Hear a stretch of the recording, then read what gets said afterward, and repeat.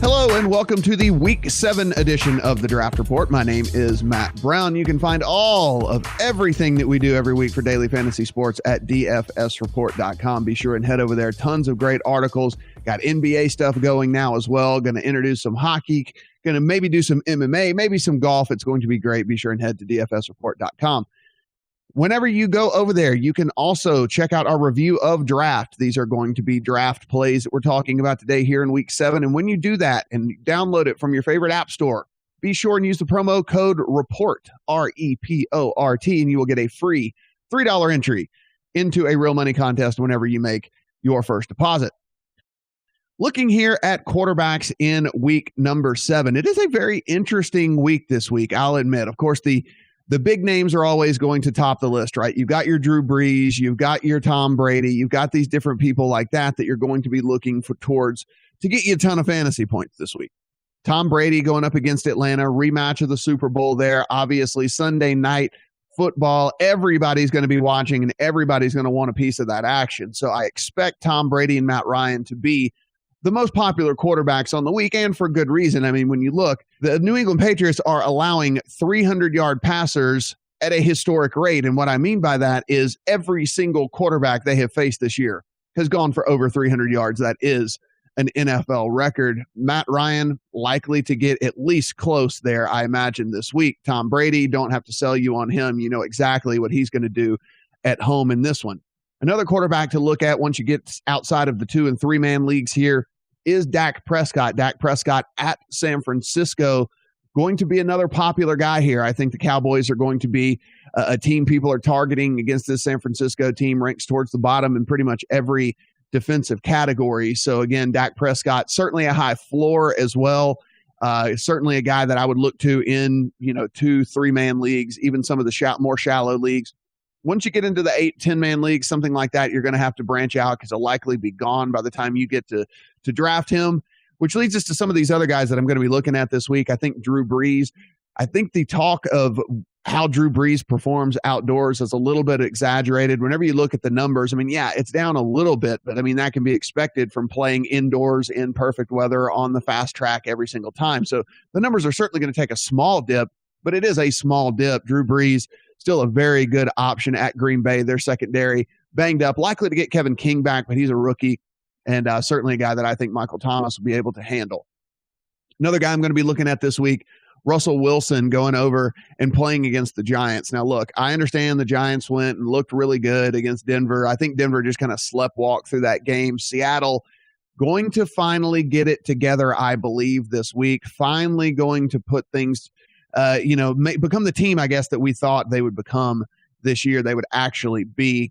This Giants team, listen, that was basically their Super Bowl last week. They're not going to go 0 for the season. Now they're going to go back to being the team that we thought they were going to be for the rest of this year, which is a bad football team. Well, let's talk about a guy that I'm really honing in on this week. Marcus Mariota at the Browns this week. If you look at how this matchup really takes shape, the Browns, 28th in overall defense. The Browns, 32nd in schedule-adjusted fantasy points allowed to quarterbacks. The Browns, giving up the second most raw fantasy points per game. 2 quarterbacks, and the Browns have allowed 14 passing touchdowns so far this season. Titans have a big team total here of 26.5 points, which is something we love.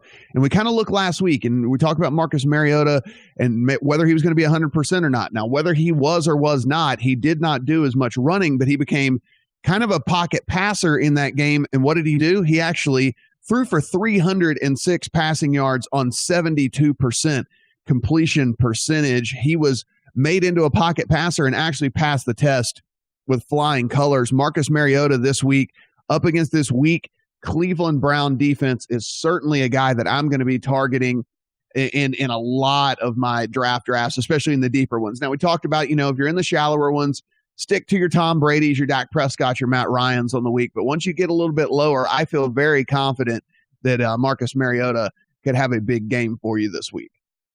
Let's talk some running backs here for week number 7. Le'Veon Bell, holy moly, what an eruption spot for him last week. What do you know? The Pittsburgh Steelers utilized their best weapon. They use him tons. use him often. And what happens? He goes absolutely bananas and has a massive, massive fantasy day for us. Le'Veon Bell right again towards the top of our list here, running backs this week. Let's be honest. Whenever you take a look at what's going on there in Pittsburgh, Ben Roethlisberger's not playing as well this year. I mean, whether that is him breaking down or if he's got some sort of mental block or whatever is going on there with him. But one of the very, very constants there, obviously, is Le'Veon Bell. I expect them to continue to ride him very heavily. I expect Le'Veon Bell, based on volume alone, to have another big day for us this week. So certainly at the top of our list there. We talked about Dallas going to San Francisco and how much we love those plays. So, of course, Zeke Elliott going to make the list there as well. One thing to keep an eye on a lot is Leonard Fournette. Leonard Fournette ended up leaving the game last week with an ankle injury, and they were trying to play it off like he could have come back in if he needed to come back in, but they didn't need him, so he went ahead and stayed on the sideline. And then he comes up not practicing this week. And listen, I followed Leonard Fournette in college very much, and these ankle injuries kind of lingered with him a little bit here. It wouldn't surprise me if Jacksonville gave him the week off this week going up against Indianapolis and just ran with Chris Ivory in this one. So again, keep an eye on Leonard Fournette for sure. And even if he does go, man, these ankle injuries, there's a couple of different ways this game could play out, right? He re-injures the ankle, comes out of the game. They get up a lot in the game, he comes out of the game. They get down a lot in the game, he comes out of the game. So for me, Leonard Fournette's going to be a guy I fade, let everybody else go after Leonard Fournette. Look at LaShawn McCoy this week. Buffalo at home, hosting the Bucs. The Bucs going to play with Jameis Winston with a banged-up shoulder. The Bucs defense getting absolutely torched by everybody they are playing this year. Really, really like this spot for Shady. And here's the other reason I like this spot for Shady. He is such an integral part of the pass game there as well. Leads the team in targets so far this year. Now, whether he'll end up that way or not, I'm not sure, but that just means he's getting a ton of volume through the air. And so even if they decide to load up the box and don't let, basically dare Tyrod Taylor to beat them through the air, he's still looking at Shady McCoy a ton. So certainly a guy that I'm going to be targeting this week a lot as well. We saw Mark Ingram. Once they kicked Adrian Peterson out of town, Mark Ingram just got all the volume there, got tons and tons of work out of the backfield. Alvin Kamara actually got a lot of volume there as well. I'm wondering if the Saints are going to shift kind of how they run this offense and maybe not have Drew Brees throw 50 times a game, throw more like low 40s, and then really try to work in these two running backs. Because let me tell you, they both looked really, really good. And again, this week, have another good matchup there in Green Bay. Melvin Gordon at home against Denver. Normally, we hate to play people against Denver, especially pass catchers. But listen, Melvin Gordon has been dynamic for this Chargers team so far. And when you look at how Denver has actually been a little bit leaky, their little bit of leak has come through the ground game. Actually, last week, Orleans Darkwa looked like all world running back against this Denver team. Again, they sleptwalk through that game. But let me tell you, I think that Melvin Gordon, with as much volume and how he's getting used, certainly somebody that I'm going, if he falls to me in a draft and in the spots there, going up against Denver or not, certainly a guy I don't feel bad about taking at all. Another guy that just hasn't had a huge, huge fantasy week for us yet is Jay Ajayi. And you look at Jay Ajayi here, and here, this is like, what is going on with Jay Ajayi? Because you look, tons and tons of volume here for this Miami team. 51 rush attempts over the last two games. He got 6 targets through the air as well, which again, we talked about how much we love that. 130 rush yards last week against the Falcons. And so how in the world has this guy not gotten us those massive fantasy days that we're looking for? Well, he's basically just been on the wrong side of touchdown variance here. 0, count them, 0 on no fingers. You need no fingers to count this. 0 touchdowns so far this season. None through the air, none on the ground. Bupkis. No touchdowns for Jay Ajayi. That is going to correct itself, and this week is as good as any for them to correct itself going up against the Jets. Jets, 26th in schedule-adjusted fantasy points to running backs here. Listen, no Devontae Parker, so it's basically going to be Ajayi and Jarvis Landry here for this Miami Dolphins team. So for me, I think Ajayi is certainly a guy. Listen, you got to draft two running backs in your drafts on the app. And so for me, Jay Ajayi is certainly going to be a guy that I'm targeting this week. Another guy that I think is going to be decently popular is Carlos Hyde. Carlos Hyde coming off a big game. Carlos Hyde going up against Dallas. We know Dallas is a defense that we typically like to go after here. San Francisco is a team that has made a switch at quarterback to C.J. Beathard, a guy that they drafted. They want to see what they have in him. Brian Hoyer was just basically not getting the job done. He was check down Charlie, never wanted to take any shots down the field. And basically they said, hey, look, we hadn't won a game already this whole season. Let's see what we got in our rookie. Does that help Carlos Hyde or not? I guess we will find out. These kind of situations normally I kind of shy away from. However, if Hyde were to fall to you at a reasonable round in your draft, certainly someone you don't just avoid at all costs, but not someone that I'm going to be going out of my way to go after this week. Jordan Howard at home against Carolina, and Carolina's defense has been playing very, very well. However, Luke Kuechly has been ruled out of this game, and that is a huge, huge opening in the middle of that defense for a guy like Jordan Howard. I expect him to see tons of volume. We know they're not afraid to give him upwards of 30 touches a game. He gets another 30 touches against a Luke Kuechly-less team. I think that Jordan Howard could produce and certainly pay off wherever you got him in a draft, because you're not going to have to draft. You're not going to have to spend a very high pick to acquire Jordan Howard this week. One of the guys that I think that I'm going to be looking at as well, if DeMarco Murray ends up sitting out this week, if he ends up sitting out for the Titans, then I'm going to be looking at Derrick Henry. Derrick Henry's going to get all of the volume. One of the reasons we don't like, especially in draft, in the draft format, we kind of avoid the DeMarco Murrays, Derrick Henrys of the world because they split carries, and it's really tough to figure out which guy's going to be able to produce for you this week. However, you look at DeMarco Murray, he tweaked his hamstring. It's the same hamstring he's tweaked earlier in the season, and they're playing the Browns. And so this seems like a perfect opportunity for Tennessee to say, let's go ahead and sit down our guy, let him take the week off, get healthy, and then we'll bring him back next week. That would be perfect for us for going after a guy like Derrick Henry, who then would get all the volume against a team like Cleveland, and that would be amazing for us. Even though Cleveland's run defense has actually been the one bright spot for them, you just can't turn away from 25-plus touches with a guy like Derrick Henry in an opportunity where they're going to be moving the ball against this Cleveland team, and they're going to be a lot of scoring opportunities. So certainly a guy, Derrick Henry, you're going to be looking at. And listen, game script, how do you think that this Atlanta-New England game is going to play out? Do we think New England basically has figured out a way at home to completely right the ship?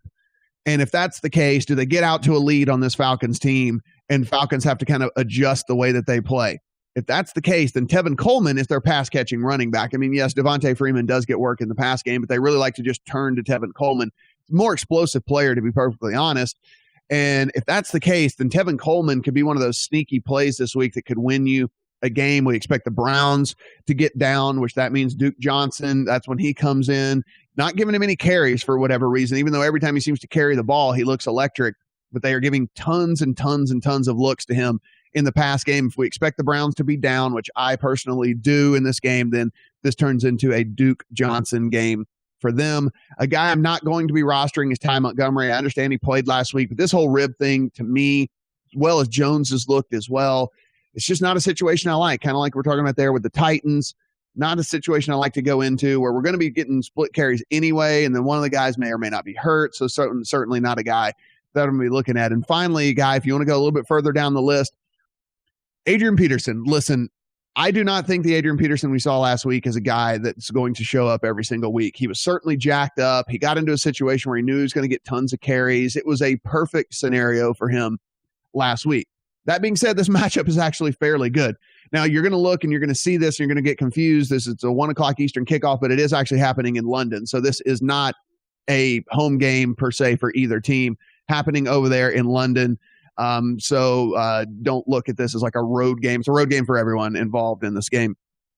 I expect him to get, see 18 to 20 carries in this game. The Rams defense is vulnerable through the ground on the ground. I mean, this is one of the ways that you beat this team. And so if you believe in volume, which I do, I can't really turn away from my own mantra when it comes to DFS running backs. And so Adrian Peterson is a guy, again, depends on where he falls to me. I'm not going to go out of my way here. He's not going to do what he did last week again.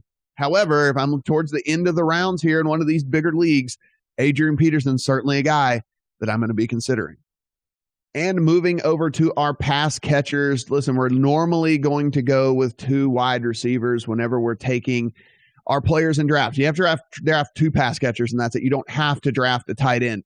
Let me just take this time as a small caveat to say that Rob Gronkowski, when healthy, is basically a wide receiver. His upside is basically a wide receiver. So don't look at it as to where you have to draft 2 wide receivers, because Rob Gronkowski, when healthy, especially in a game like this one with a huge total, over 50 points and everything like that, certainly someone that I would be considering in my draft. So a little bit of a caveat when we say, on to wide receivers or on to pass catchers, tight ends. You don't have to have one. Rob Gronkowski kind of comes out of that mold. Antonio Brown, what can you say about this guy? Matchup proof. There's no reason for me to tell every single week. It doesn't matter. He is going to get his. They run him in so many different formations. They run him in so many different routes. He can basically do it all. So just take Antonio Brown. Doesn't matter. Doesn't matter the matchup. He's going to get enough volume. He's going to end up producing for you. Julio Jones has been a pretty big disappointment, let me say, and cost me a lot of money last week because I was very high on Julio Jones. Thought that was a perfect spot. And here we are again in a spot that looks like a perfect spot. Again, as we mentioned at the top of the show, this is a team that is giving up over 300 yards passing every single week. So if you're Matt Ryan, why are you not looking for your freak of nature in Julio Jones? Right now, they are not. Julio Jones has 2 red zone targets on the season. Taylor Gabriel, who is 5'8" and like 130 pounds, has 5 red zone targets on the season. Don't know why they're not looking at Julio Jones, but hopefully they go back, they look at the tape, they realize, man, we have this really awesome guy that we probably should be throwing the ball to more often. Yeah, you should. Julio Jones. Let's go all in again this week, guys. Let's go all again this week. And if they burn us again, if these Falcons burn us again, then we will not be going back to the Julio Jones well. Who am I kidding? Yes, we will. We will be going back to Julio Jones well. But again, I think this is a great spot for him. Let's definitely look here. AJ Green, Cincinnati. Tons of targets here again. Great bounce back spot for Michael Thomas. People are going to be off of him after kind of dudding out a little bit. Great spot for him against Green Bay. Definitely think Michael Thomas is going to be a guy that I'm going to be looking at pretty heavily in this one. But a guy that I'm going to be going out of my way for is Dez Bryant. Dez Bryant at the 49ers this week. I talked about the 49ers defense with Dak and Zeke and how those guys are going to be super popular. And listen, they are going to be super popular in this game. So you could go after Dez Bryant as kind of like a leverage pivot play. If for whatever reason off of Ezekiel Elliott, because here's the thing. If Ezekiel Elliott doesn't get those touchdowns, if those touchdowns come with Dez Bryant getting the touchdowns, then that is a way that we can really move up on the field here, and especially in our head-to-head games where Zeke Elliott's probably going to be drafted, in our 3-man leagues where Zeke Elliott's definitely going to be drafted as well. Now, here's the thing about Dez Bryant that we really like. Tied for the league lead in targets inside the 10-yard line. That means they're looking for him when they get in the zone where they're looking to score. He's getting 55% of his team's targets inside that 10-yard line. So over half the targets whenever they get into the spot to score is going to Dez Bryant here. The 49ers 25th in adjusted fantasy points allowed to wide receivers. Plus for us there as well. 49ers, rapid pace here, guys. They love to play fast. And when they play fast, it's actually going to create a couple of extra possessions for us, for the Cowboys as well. Cowboys typically, the nickname Keep Away Cowboys, they like to play a little bit slower and whatnot. However, with the pace that the 49ers are going to play at, it should create a possession or two extra for us, for this Cowboys team. And of course, if they have the ball more, then that is good for us and good for Dez Bryant and good for us trying to get fantasy points for Dez Bryant. On this Miami game, we already talked about Jay Ajayi and how I like him. And listen, Jarvis Landry is another guy that I think we have to look at this week. With Devontae Parker not playing, Jarvis Landry is getting all the looks in this offense.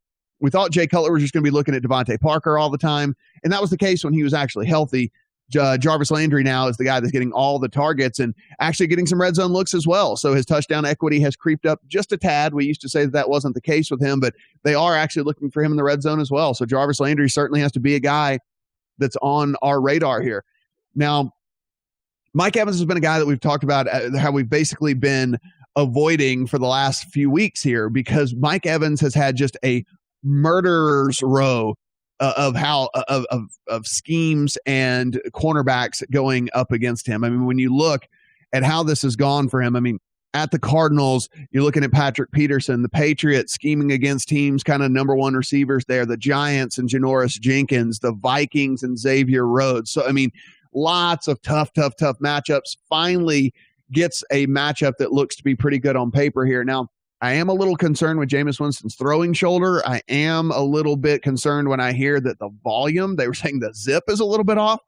But Mike Evans is going to get the targets. Jameis just loves to throw him the ball. And so with that being the case and finally getting a good matchup here, Mike Evans certainly has to be on our list of people we're looking at. Adam Thielen with Stephon Diggs being out, he just gets all the targets there. Got like 13 targets last week whenever Stephon Diggs didn't play. Stephon Diggs not going to play again this week.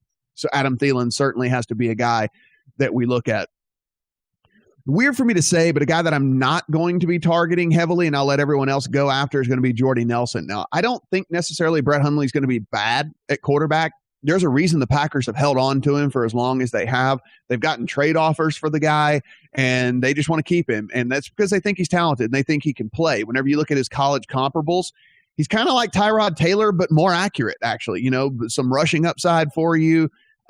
Pretty good and pretty efficient. I mean, I think that this guy's going to be able to play, but this is, again, his very first start in the NFL. He's got a ton of other weapons as well. And that's the thing. It's not like he has to just hone in on Jordy Nelson. He's got Devontae Adams. He's got Randall Cobb. He can get Ty Montgomery out of the backfield. So for me, I think Jordy Nelson's the guy I'm going to go ahead and let everybody else draft, and I'll be looking elsewhere. Demaryius Thomas is a pretty interesting case this week. He was banged up. We know Manny Sanders is going to be out. So instantly we think, wow, everything's going to run through Demaryius Thomas. However, Demaryius Thomas was listed with a calf injury this week, and these calf injuries are not good for guys that are going to be running tons of routes and trying to make cuts and different things like that. So Demaryius Thomas is as amazing as this spot looks. This seems to be the nut spot here with a guy that's going to be getting all of the targets, but I don't know. Can he stay healthy? And for me, I'll let someone else taste the risk, because I think there's a lot of other guys that we can like here. Rashard Matthews being the number one receiver there for Cleveland. Going up against Cleveland. So you're going to love whenever that happens. You're going to love with Rashard Matthews for Tennessee there. Pierre Garçon in San Francisco. If we think that Dallas is going to be able to score a ton of points, that's going to put San Francisco in pass-only mode. And then if they're going to be in pass-only mode, then we're going to be looking at guys like Pierre Garçon. So we have to think about how these games may or may not play out. And that's one of the scenarios that I do think is going to play out. I think Dallas handles this game pretty easily. And they're going to start playing soft defense. They're going to start allowing just, tons of passing volume, because they can allow it. And I think Pierre Garçon could be a very good recipient and a beneficiary from that. Another guy I'm going to be fading is T.Y. Hilton this week. Listen, that Jacksonville secondary is no joke. T.Y. is going to get his, but I just don't think he's going to have a huge day. Whenever we're talking about winning tournaments, I just don't think that he's going to have a huge day. He probably got 5 or 6 catches, probably 60, 70 yards, something like that. But for me, I think there's a lot of guys with tons more upside than him. Let's take a look at Kelvin Benjamin here. And this is basically one of the guys that I think is way further down most people's list that I'm going to be looking at more heavily. Listen, Cam's starting to play much better now, and Cam is also starting to run the ball. It's making defense have to worry about that with him, and I think that's going to really open up more spots for his playmakers. I think Christian McCaffrey's in for a pretty big second half of the season. I think that Kelvin Benjamin is just going to continue on with what he's got going on here. I think Kelvin Benjamin's a guy that I'm going to be going way more heavy on than a lot of people out there, but so be it. Feeling pretty good about what Kelvin Benjamin brings to the table this week. Keenan Allen, love him. Don't get me wrong. Against Denver, probably not a guy that I'm going to be looking at. And finally, Doug Baldwin. Listen, I said that I like Seattle. I think the Seattle offense finally gets right this week. They don't have a running game to speak of. They're going to be throwing the ball. I do like Jimmy Graham if you're in a season-long league or something like that. Don't necessarily think he's necessary for draft, but I think Jimmy Graham could probably have a pretty big week this week, and I definitely think Doug Baldwin gets it right. All right, guys, that'll do it for this week of the Draft Report. Week 7 is here. Go out, win all the money. Again, head to your app store and download the Draft app. Use the promo code REPORT, REPORT. And when you do that, you will get a free $3 entry into a real money contest upon your first deposit. So be sure and do that. Also, head over to DFSreport.com. Be sure and check out all the great DFS stuff we got going on over there. I mean, tons of football articles.